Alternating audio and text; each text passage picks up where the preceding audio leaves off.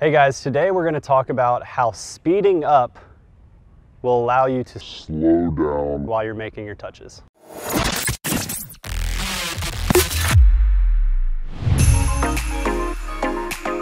Hey guys, my name is Brandon Joyner with Better at Beach.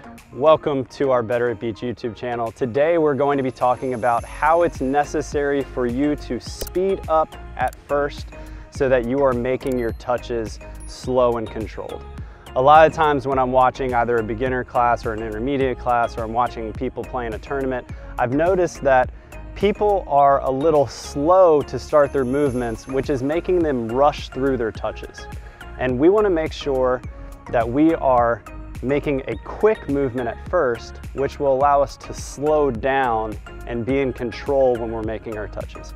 So what I'm going to do today is I'm going to be working with Coach Joe, and I'm going to take her through some passing, some setting, and attacking, and you're going to be able to see what it looks like to go from a slow starting to a quick finish, which is going to be incorrect, and you're also going to see the correct way, which is Joe taking a very quick, aggressive start, allowing her to slow down during her touch to be in control. Before we get started, if you're interested in working with a professional coach that can dive into your game, make sure you follow the link below and click on our Beach Volleyball Mastery Program, which will give you access to a coach, guided practices, and allow you to get better a lot quicker. All right, the first thing that we're going to talk about is our passing. One thing that you'll pick up on very quickly if you are doing this incorrectly is if you are not able to finish with your feet apart and strong. Okay, a lot of times if we are slow with our initial reaction step, then we're going to finish with either a crossover step where our shoulders are facing outside the lines, or we're going to feel like we're moving through this pass the entire time. So what that kind of looks like is, imagine a serve coming over the net, and instead of just really picking up on that path and realizing that this ball is going to a specific spot, we're kind of waiting in this position until we 100% know. You kind of have to anticipate in this sport. If you wait until you absolutely know, you're always going to be late. So what I want you to do is make sure that you're in this position. One thing that I commonly suggest to beginners and intermediates is if you feel like you're slow, go ahead and start to get into a rocker's motion so that you can see and get into rhythm with that server. And then once you realize that this ball is going to your left or your right, short or deep, whichever direction, make sure that first step is very quick and explosive. This is going to allow you to get your momentum going in that direction, and then we can always finish with our last two steps to get the ball there. If we do this correctly, then it's going to allow us to be strong and steady while we're making our pass, instead of kind of rotating through this movement while we're touching the ball. All right, so that's passing. Now we're gonna talk about setting, and it's kind of the exact same thing, except the anticipation can be even more, because now we know where our passer is supposed to pass. If you don't know, our passers should be passing about the middle of the court, maybe 6 feet from the net. This will allow you enough space to get under the ball, make a nice up and down set, and be in control. So since we know that our passer is going to be passing to this specific location, I can actually start my movements a little bit earlier than I normally would.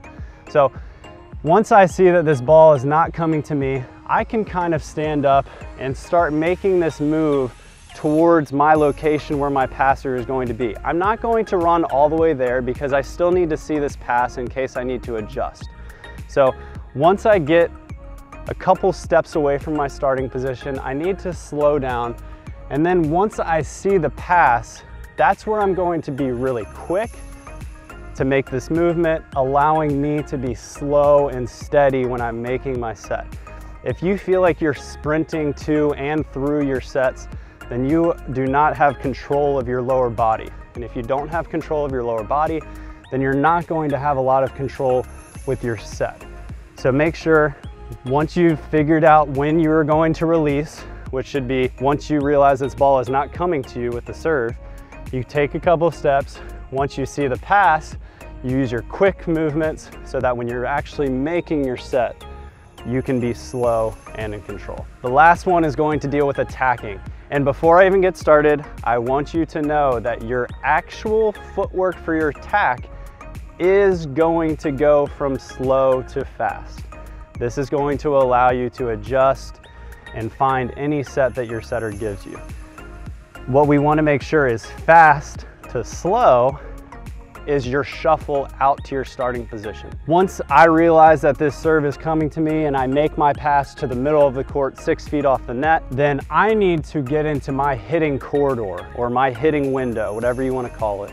And the way that I do that is by shuffling and creating space away from my setter so that I can get my line of approach to be hard cross. Something you'll commonly see is that when people pass the ball, they tend to just stand up and they stay in this position, and then they find themselves rushing to the net and not in control at all. So what we want to practice is after we make this pass, give me a shuffle step, maybe 2, allowing you to find this timing step. Okay, so once again, I make my pass, I give my quick shuffle away from my setter to create that space, allowing me to be slow and steady for the first step of my approach. And then I would go through my approach of slow to fast, allowing me to get up and absolutely demolish a ball, because that's what we do. As always, guys, we appreciate when you guys comment. So before you leave, if you could, please, in the comments below, let me know what are you feeling is the most difficult part of speeding up so that you can be slow during your touch. Is it the pass? Is it the set? Is it the attack? Is there anything that you didn't know you were supposed to be doing that you learned in this video? The main thing that I want you to come away with this video is that it's important to start off quick and strong so that when you are making your touches, whether it's a pass, a set, or starting your approach, that you feel calm and in control. If you want some drills to help you figure out this speeding up so that you can slow down, make sure you go ahead and download our free drill book, which you can find in the links below. And we'll see you next time.